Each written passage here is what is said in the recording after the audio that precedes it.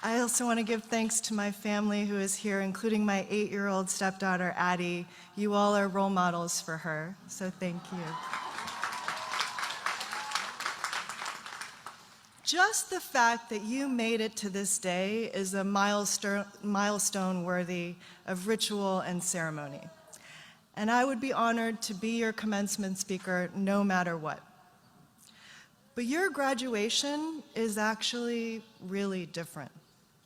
What's happening here today is extraordinary and very special.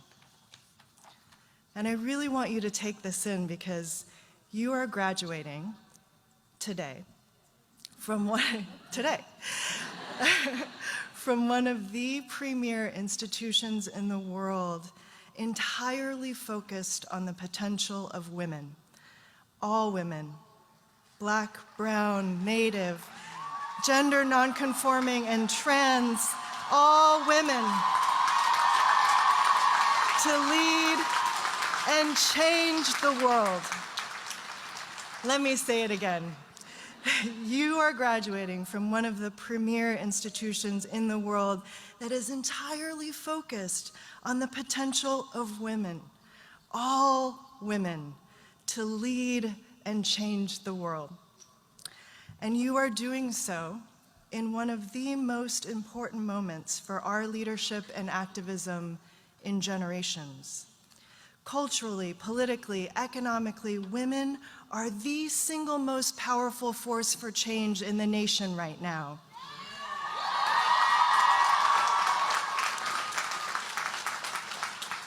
Women are not only on the front lines of protecting our democracy, women are fighting to change every aspect of life in America for the better, for the long haul. You are graduating into a world where you are center stage. But it's a weird kind of center stage because we're powerful and we're also not. Well, we're definitely not in charge. We're more than half of the electorate. In fact, women were 54% of the electorate in 2018. We're more than half of all college graduates, more than 70% of the consumer base. We are powering everything, doing everything, but we're still overrepresented in positions of vulnerability and abuse and underrepresented in positions of power. Gender equality has been a question on my mind ever since I was a kid. I was raised largely by my 2 grandmothers and my mom. As a toddler, I followed my grandmother around her kitchen like a mini shadow. As a child in the summers, I would watch her move around the apartment with focus and clarity. Every minute was productive.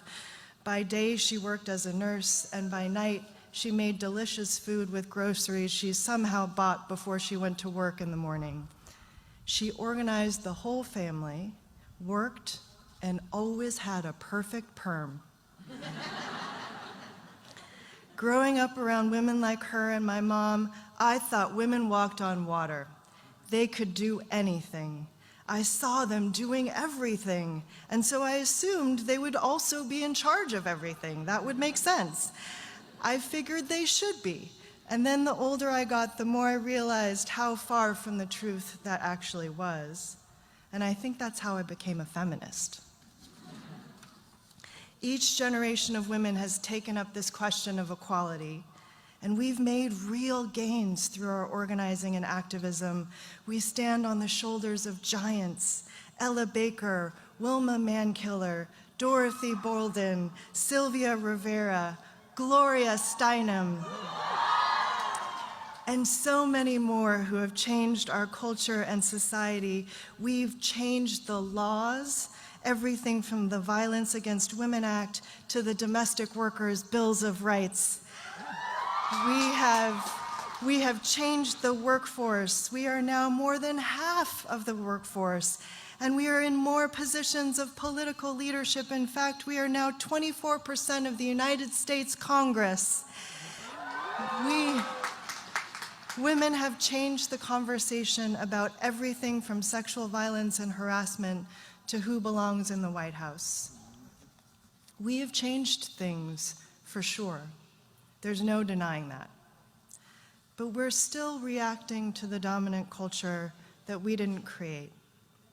We have changed policy, but we haven't made the rules by which policy is passed. We've taken up more space, more roles in every sector of society, but it still sits within the same hierarchy that fundamentally values the lives, work, and contributions of men over women. That hierarchy also relies upon rigid gender norms and a binary between men and women. We have changed cultural norms, but the dominant beliefs underneath haven't yet shifted. The hierarchical spine of it all is still intact.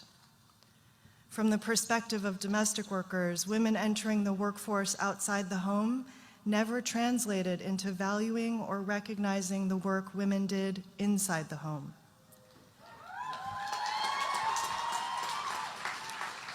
Women got jobs in lots of industries, but the work in the home they left behind didn't get elevated. In fact, its lack of value got reinforced.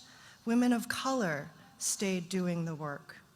We never changed the way we value caregiving or care work as a profession, and that has hurt all of us.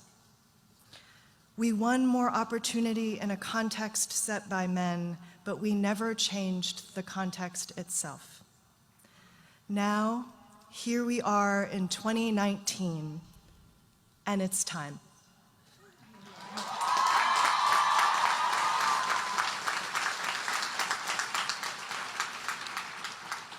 It's our time, and the stakes couldn't be higher. Children have been put in cages and separated from their families. Whole categories of Americans are being erased and banned.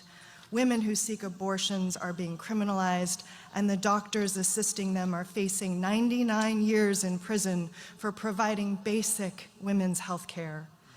White nationalism is on the rise. Gun violence is an epidemic in our children's schools. Our right to vote and be counted is being stolen. The very institutions and moral fabric of our democracy are under threat. And we have been the first responders in this time of crisis.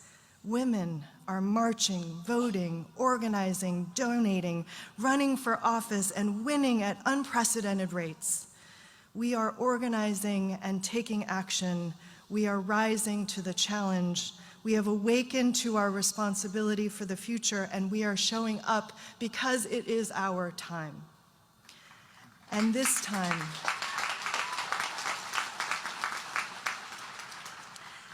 time, together, we have the power to not only change the country, but to lead it and to change it all. That is what is before you now. You are stepping into the opportunity of generations to change the fundamentals of how things work in America. We can change the logic of power in our country to fundamentally disrupt the hierarchy of human value that defines our culture, our politics, and our economy, to not just change things, but run them differently. You're probably asking, how? Well, I'm an organizer.